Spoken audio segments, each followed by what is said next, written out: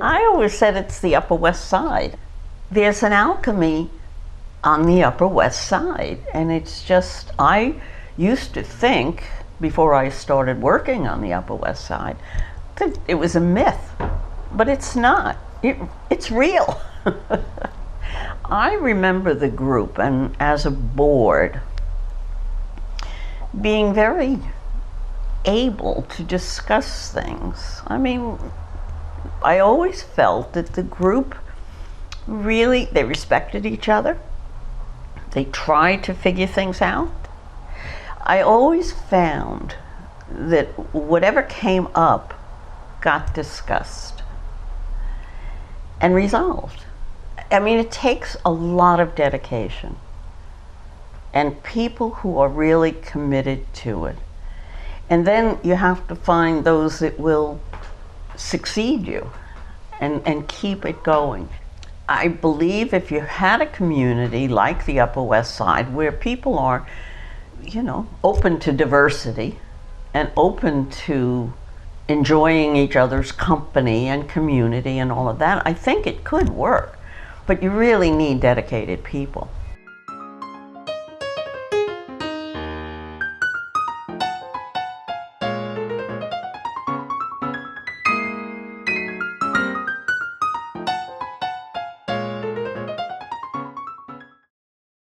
You know, you can say three-legged stool, three-pronged approach, but we basically began to see the organization as having several different missions. That was how this organization was originally envisioned. You know, once we'd sort of gotten over the hump of people being willing to help and then enough people being interested in and ready to be helped or willing to consider to being helped, then it became a matter of, well, how are we going to do, what are we going to do? And you know, for me it was more educational, and that was why I ended up gravitating a lot to the panels.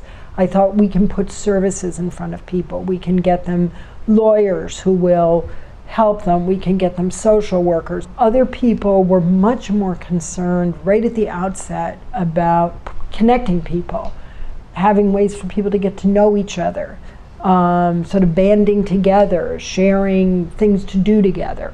So that began to emerge really around that time as a whole other aspect. And then the whole, and for a long time, I would say the most argued over part of BAiP was neighbor to neighbor. What was that going to be? You know, there was a safety issue of some kind that they felt very concerned about. Safety encompasses a lot of things. Are these people really, how do you train people so that they can appropriately handle other people's needs? Can you train people? Who would do the training? How much could we take on? Did we need to have social workers? Did we need to raise money to pay social workers? These were all very, very live questions.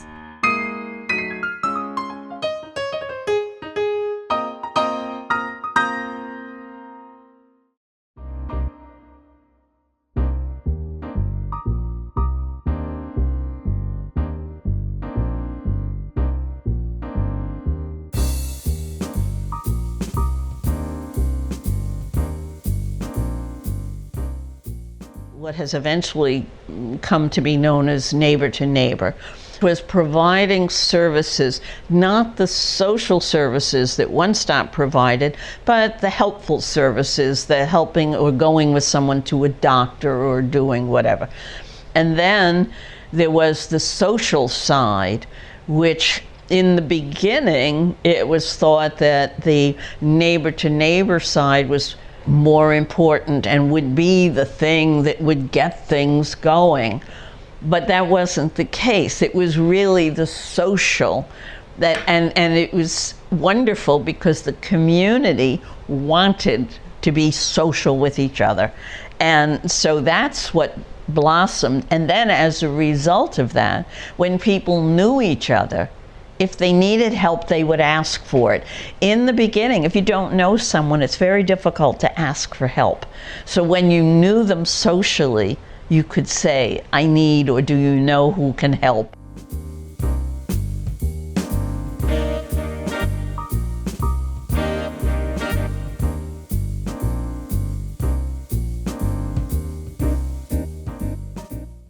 My view was we should be able to go up and ask people, could we help?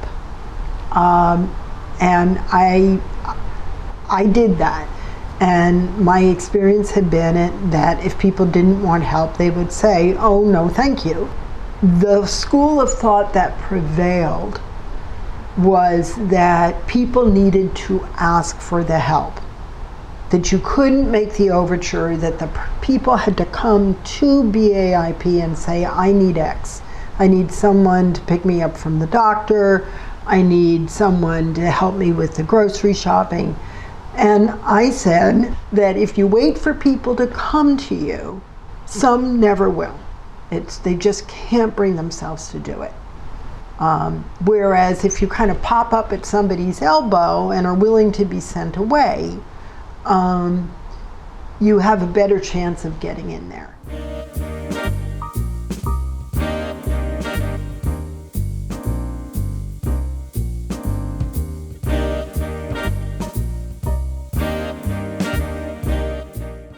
We didn't know whether people would want to admit they needed help and whether they would ask for help.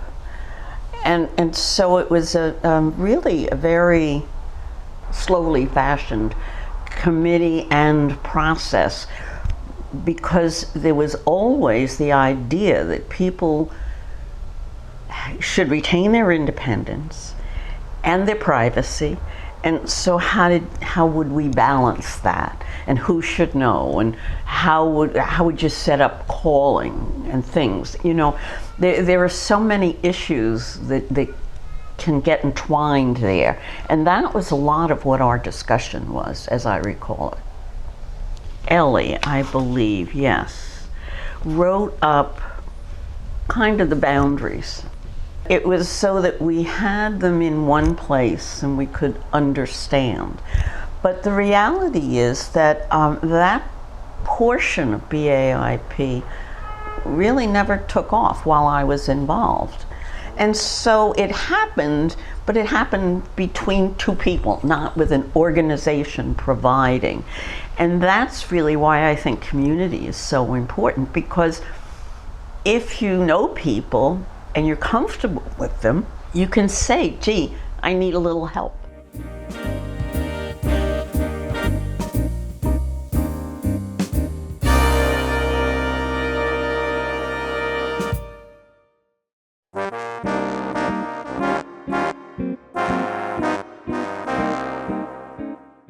From the beginning, I was involved not just as the VP of Administration, but as the chair and later co-chair of the what we call panel committee. And the panel presentations really are what brought people into the organization initially, because we would put on a program, whether it was caregiving, pain management, Medicare, Social Security, wellness, a variety of different programs, and people would come. And that's how we signed people up, and that's how people got to know us. So that was sort of the kind of genesis of how we got people to attend, how we created our membership, because we would capture that information and put that then in a database. And then every year, for the past 8 years, we did a holiday party for the residents of the Marseille, because the Marseille allowed us to use their facility free of charge to hold our meetings. And in the beginning, I'd be out there saying, come in, it's free. We have food, we have beverages, we have entertainment, you know. To the past few years, we just have to, at a certain point, just stop once we read the capacity of the room. And of course, as our membership grew, as people came to our parties, We went from live entertainment, different acts, to then determining that people wanted to talk more and interact more. So we changed to a GJ, and we do trivia contests. And people really have a lot of fun. And one of my jobs, even though I was the head of human resources, I also got to do the events. So I had practice as to what do you need to do to put stuff together for people to enjoy themselves. And which is what it's all about at the end of the day.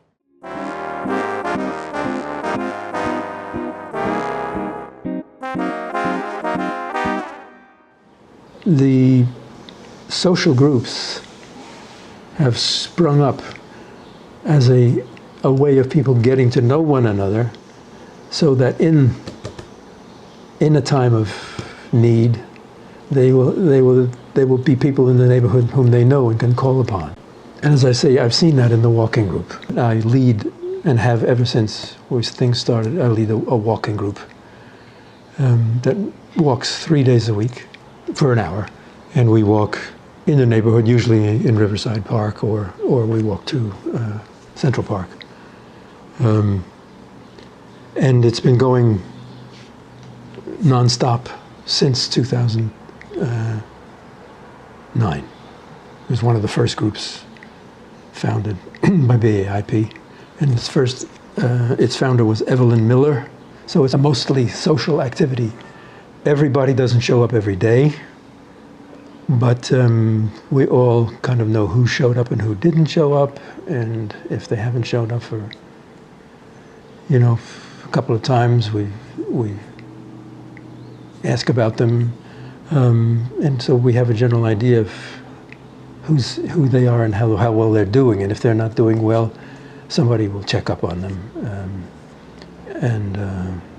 And then there are friendships have been created, among the group. Several members of the group go to Metro Diner for breakfast. There's a small group who do that every day now and continue the conversation.